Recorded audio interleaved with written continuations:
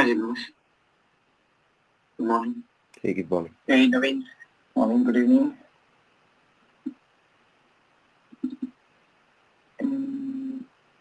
Hello. Hi, Kumar. Can you hear me okay? Yeah, Jignesh, hi. I can hear you. How are you? I am good. How are you? I'm good. Thanks for asking. So, give me 1 minute and we'll get started. Sure.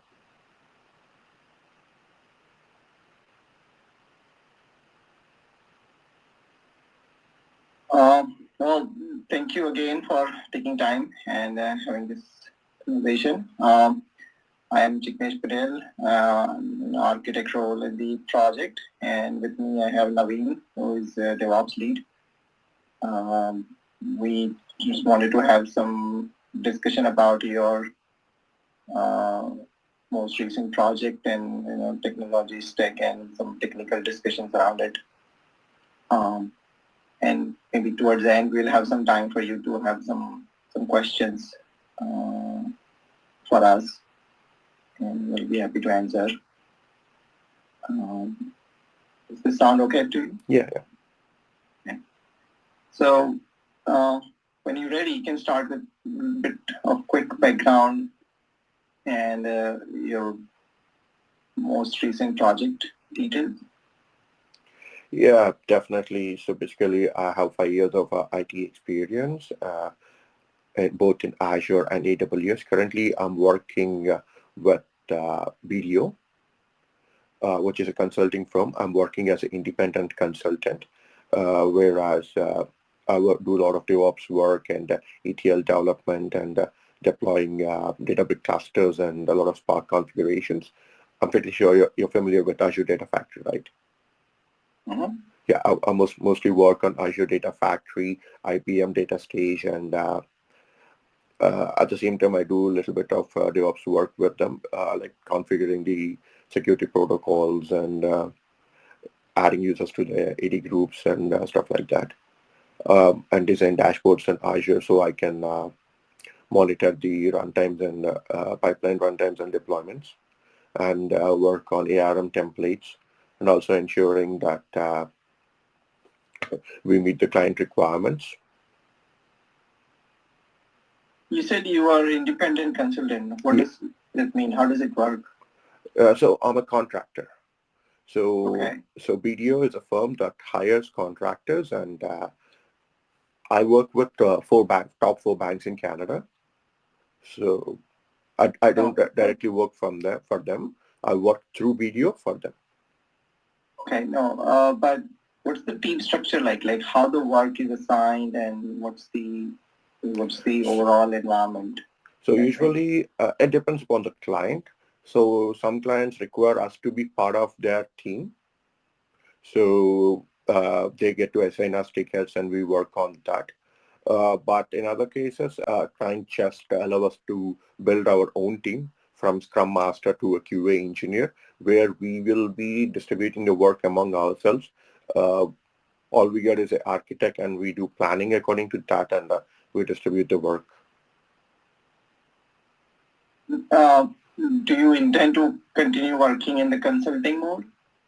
It's nothing like that.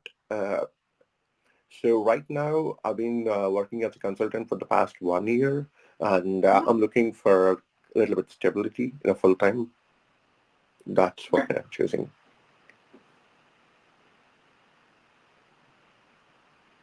Okay, so again, tell me how your work is really planned. Like, let's say if there is some requirement. The reason I asked the team structure and all, I just wanted to understand how the work is planned.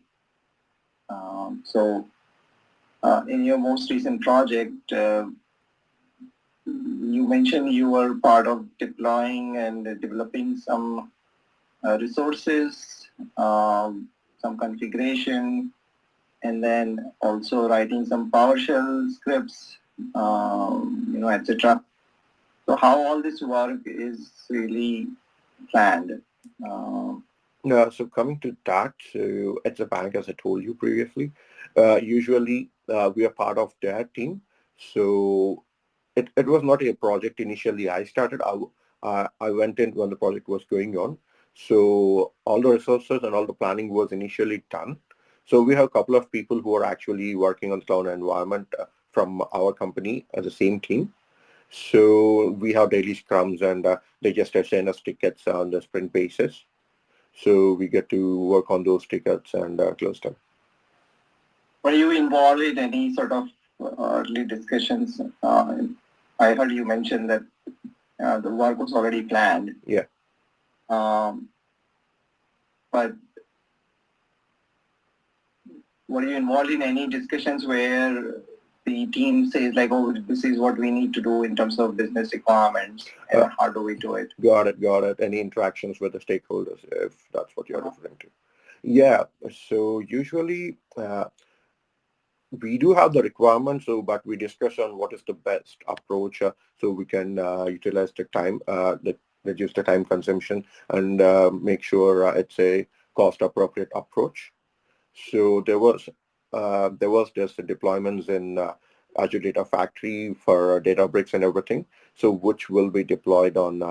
So this is how it works. They just create it and deploy it. Even if they're going to use it next month or something like that, it's going to cost them a lot of money. So I was in one of these plannings. This was very recent interaction. So I was one of these plannings, and that was costing them around 100 grand a year. So I just gave an idea of disabling the online access.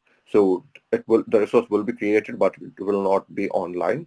So the only thing it will be consuming is the storage a little bit. So it's not 100 grand, but it's just 20,000 a year.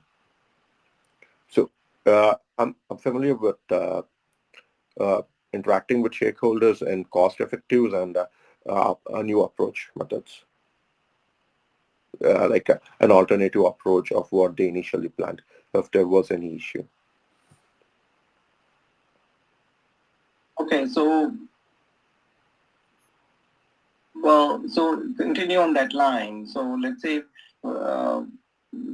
assume a scenario that client or your stakeholders come and say that this is the mini project that we have to do. Mm-hmm.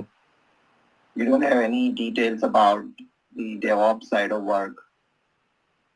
And architect and development team says like, this is what we need, like high level requirements. What would be your approach? So my first first step in the approach would be basically just going through the high level approach once, and then having a quick call with the architect so we can discuss further, let's say, what exactly is the need. And so in that way, we can discuss more. And, like discussing with them, it gives us a lot of ideas and stuff like that. So there will be some alternatives if that's needed, or else we can initially discuss that with the stakeholders. Okay, let me give you one hypothetical scenario and let's see how it goes. So I come to you, for example, and say that my team has developed a web application. The code is it's a .NET based code. It's available in a Git repository. And we need one app service, one database, and one caching service. And this is a bunch of application settings. That application would need to be configured for different staged environments, like dev environment, queue environment, load, and staging and production. What would be your next step here to plan the provisioning, deployments, etc.? The first thing would be understanding the infrastructure. So I think, let's say it's in .NET, right? So we can use automation approach by writing the ARM templates. I'm just going because you're looking for Azure engineer, right? So that's why I'm referring ARM templates.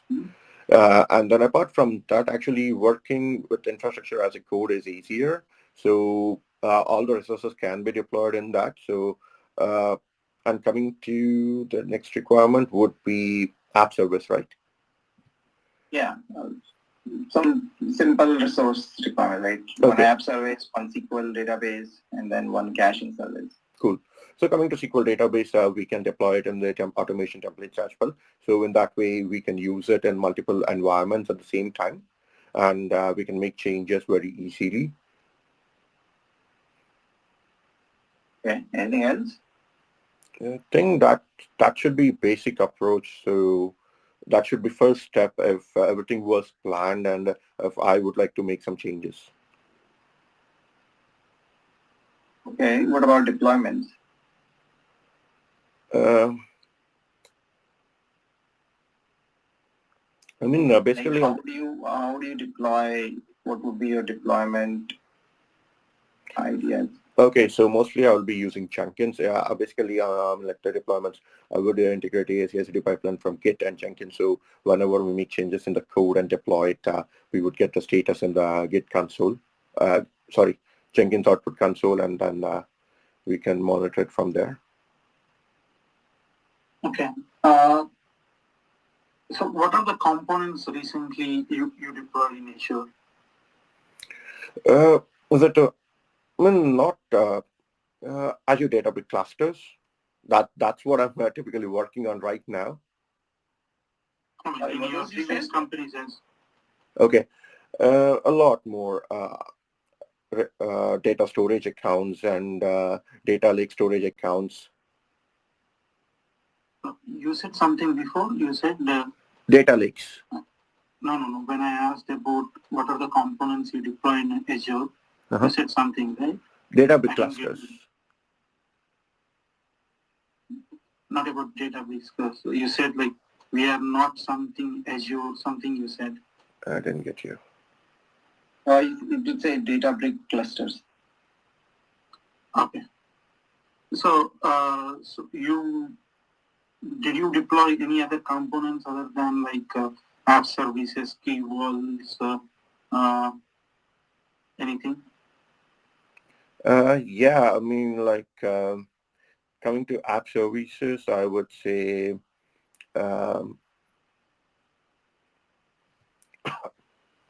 so CI/CD pipeline deployments, if that's what you're looking, or else Azure Functions. Okay. What else other than that? Other than that, mostly for the past 2 years, I'm mostly working on EDF, to be frank. Okay. So, and you are saying like you are writing ARM templates as well, right? Yeah. Okay. So if we provide a requirement saying like already we have a app service in Azure resource group right now. Okay. And a developer came with a requirement to add a new app service to the same Azure resource group.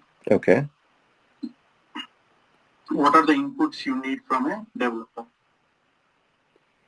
So the first thing is just let me make sure it's a new app service, and that would be added to same resource group, right?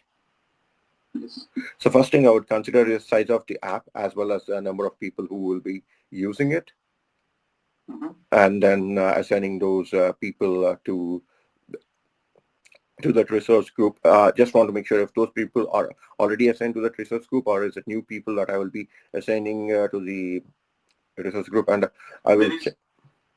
Okay, we have an app service in that particular resource group. Okay. Okay, developer is coming with a new requirement to add a new app service to the same resource group. Okay, and what are the things you need from a developer to build that app service? Oh, you mean the requirement that I would need from the developer? Okay, got it. So, okay. So first is the size, and the second is the geographical location, so where it will be deployed, and I will like the service name as well, and whether the new group is a closed one or is it going to be a closed one, or is it going to be open to everyone? Okay. That's it. Yeah. This would be initial. So further it goes, I can ask more. Yeah, I mean, what else you can ask from a developer, or what are the things you need to build that app service in that particular resource group?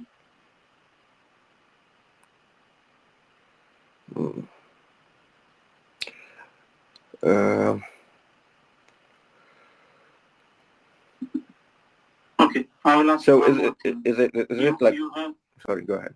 You have an ARM template right now, and it is used for deploying an app service in Azure right now in a resource group.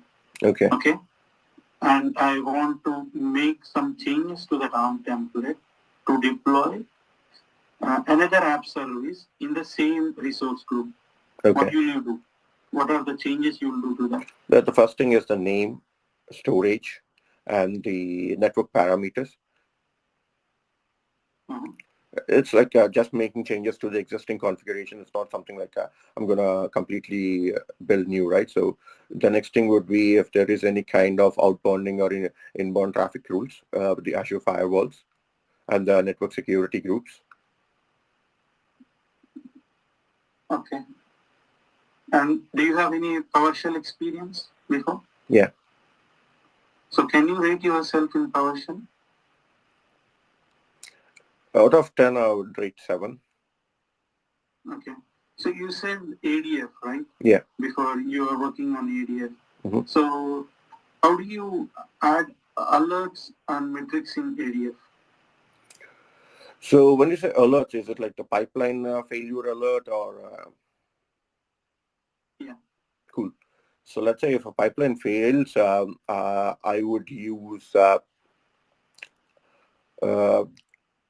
so based on the triggerings, we would get the alerts if it's event-based triggering or something like that. So basically, we have an external and internal monitoring tools, right? So it depends upon the requirements. Let's say if there is internal, and I would use Azure Functions. So if there is any failure, initially I integrate them both, ADF and Azure Functions. If there is any failure, it would send an email to us when we add those email IDs in the function. So if there is any failure, I would get the email saying this particular pipeline has failed.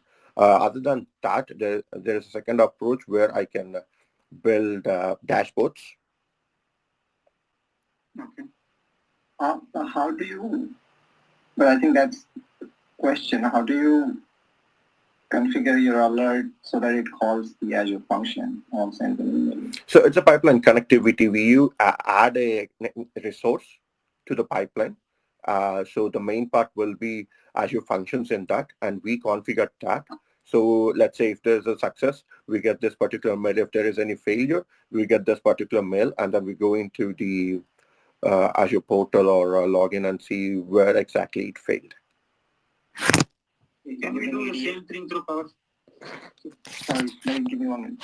So during the ADF pipeline, you would add ADF pipeline activity to call Azure function?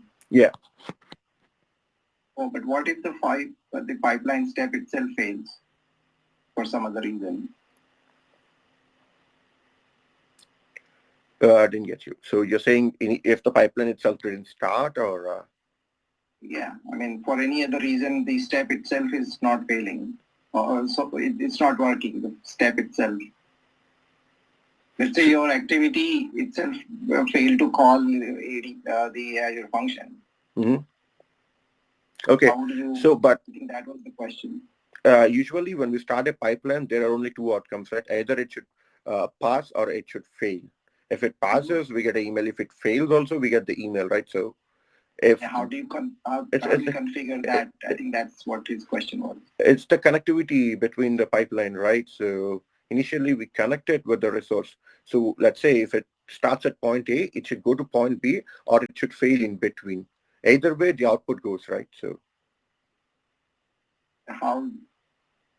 so ADF doesn't send those failure emails on its own, right? Yeah.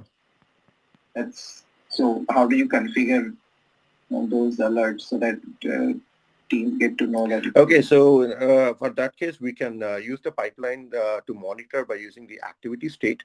let's say if inside the pipeline we can customize the activity, and that way it can navigate itself into the data factory. Okay. Right. How do you customize it? Can you explain it for me? You said that you have to customize something inside ADF, right? Yeah. How do you customize that one? Let's say basically when we start the customization, the idea is there was a customization option to add some basic data exceptions, right? So let's say if okay, where do you add these customizations in ADF? Suppose say I need to get an email alert to a set of people. Where do you create this alert manually inside the ADF? Yeah. Where do you create it? So when you launch an ADF, there should be an option under which you have to create customization manually, right? Under which option you will create this email alert. Are you saying like which activity I choose, or when I go into activity, how I would do it? When you log into ADF, right? So manually, if you want to create this email alert, where do you create it? First, I would choose the activity and choose the source and data type. Okay. And then we go to the alerts, and then we do the customization over there. Okay. And do you have any YAML experience? Yeah. So have you converted any classic pipelines to YAML, something like that before?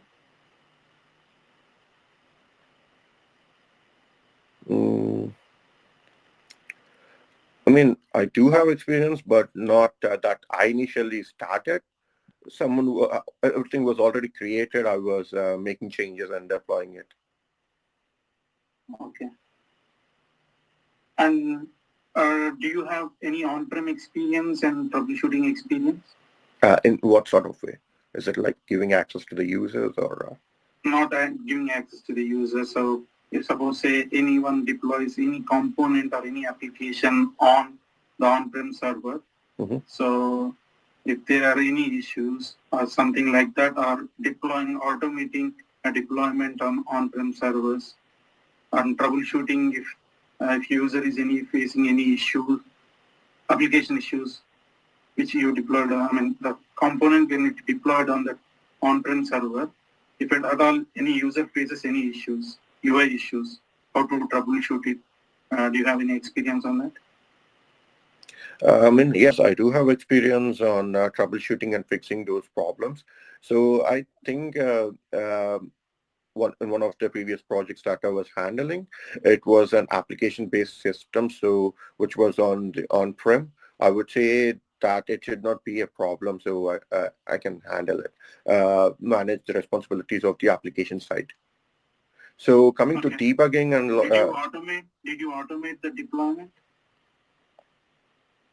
Could you explain a little bit in what sort of way? Suppose say like the code is in the repository. Okay, I just want the code to be copied to the particular VM and deploy the application without any manual input. Got it. So in that case, yeah, I did do something familiar to that. I was using PowerShell script to automate VM activities as it was. Sorry about that. As it was done via scripting on the automation search, so we will be using the PowerShell and command line, so which will be combine the abilities on the environment, and we will be setting up the protocols and everything. Just PowerShell will do the automation, deployment, and everything for you? Sorry? Only PowerShell script will do an automate deployment for you? I mean, I would use the schedulers, and with that, I will automate the script. So it will help us to work on the full path with the PowerShell, right? So that there are a lot of other things which we will be using. Okay. You have Azure DevOps experience, right? Yeah. Have you used it? Do you use CI/CD pipelines? Mm-hmm. So have you used? Sorry, go ahead. Classic pipelines? Yeah, I mean, in what sort of way are you exactly so, looking? Suppose say I want you to create one classic pipeline to deploy code into this virtual machine or a physical server. Got it. Okay. How do you do that? Okay, so yeah. What are the requirements you need for that one? For creating a classic pipeline is firstly, we should make sure in which environment we'll be doing it. Is it QA, Dev, or Pod? So wait, let me make sure. So you have a resource, and we are going to deploy it using Azure DevOps, right? You want to know if that's going to be delivered in the portal. No, I'm not talking about the portal right now. Okay. I'm talking about via classic pipeline, how do you automate on-prem server deployment? Okay. Sorry, I got it. Okay.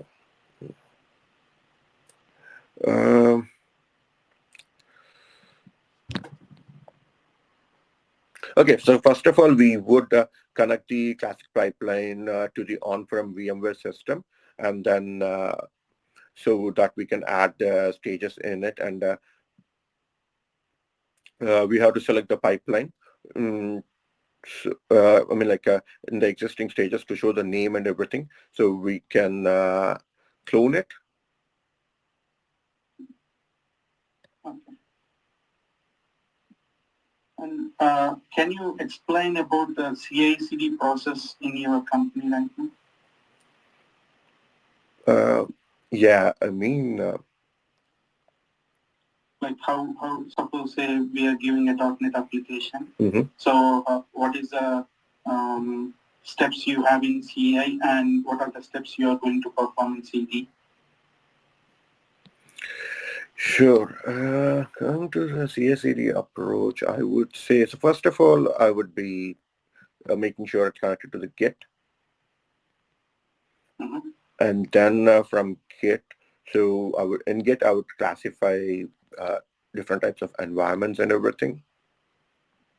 And the next thing is make sure it's connected to my Azure subscription.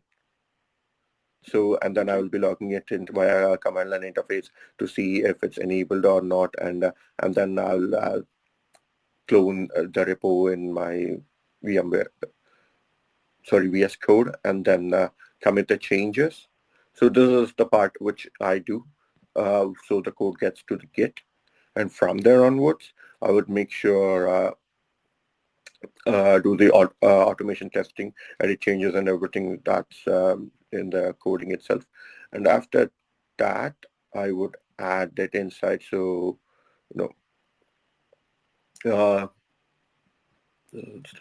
okay. And after that, I would connect it to Jenkins, and once the commit is triggered, and once I get the approval, I'll deploy the code and see the pipeline run.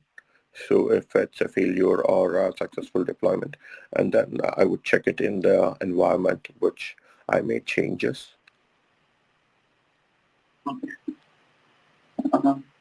Okay, yes, I'm good from my side. Okay, so Kumar, yeah, I mean, since we're all good with what we wanted to know and discuss with you, happy to answer any questions that you may have for us. Yeah, is it a complete new project, or what's the size of the team and everything? How does it work? The project itself is not new, but we have 3 releases every year, and with each release, the product is evolving, and there are many releases where there is a change in the architecture or the infrastructure in such a way that it may look like it's a new project altogether. It's a ever evolving project based on the business needs, and it's just growing more and more.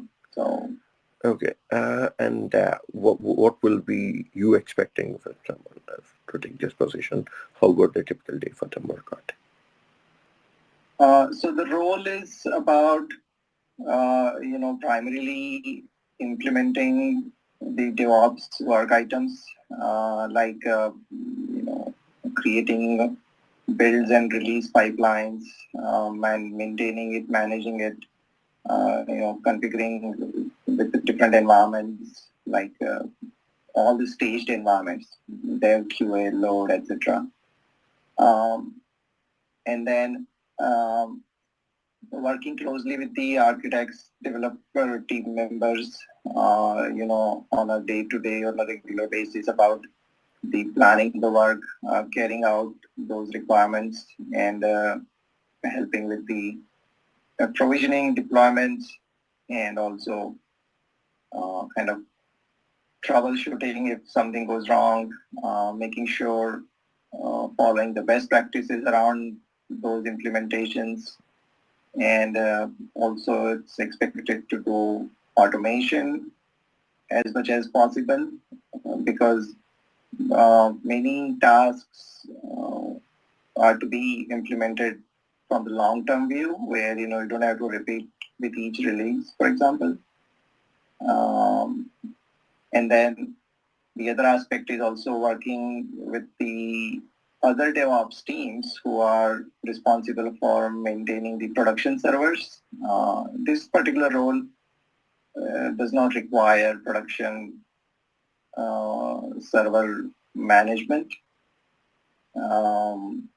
but definitely there is a requirement to work closely with the production DevOps team, especially during release times, working closely with any changes that are part of the release, to do the prep work for all the upcoming releases, etc. Yeah. There is a lot of planning and cross-team communication involved here as well. So tasks that you typically do the production deployment, or you just do the emerging environments and someone do the production deployment? No, so there are pipelines to do end-to-end deployment, starting from dev all the way to the production. Okay. Yeah. Good. So one more question. Sorry if I'm asking a lot of questions. Oh, go ahead. Please. So you guys are in India, right? So how does this project work? Is it like support from here, or is it support from there? How exactly does that work? Well, so we have large cross-geo location-based teams, 2 teams here in US and Mexico, Eastern time zone, and we have 3 teams in India.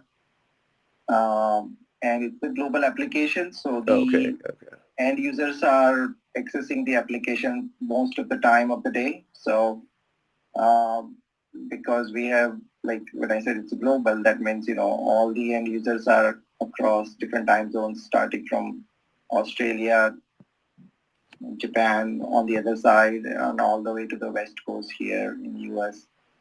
So most of the time zone, it's always active. So we have teams mostly working, trying to cover most of the time zones as much as we can. Do you have any Canadian team, or are you building the team? No, we don't have a team. One of our other products, they do have some team members in Canada. So, okay. Yeah. So we want them to work on multiple applications, like multiple teams at the same time. I was asking if you have a dedicated team.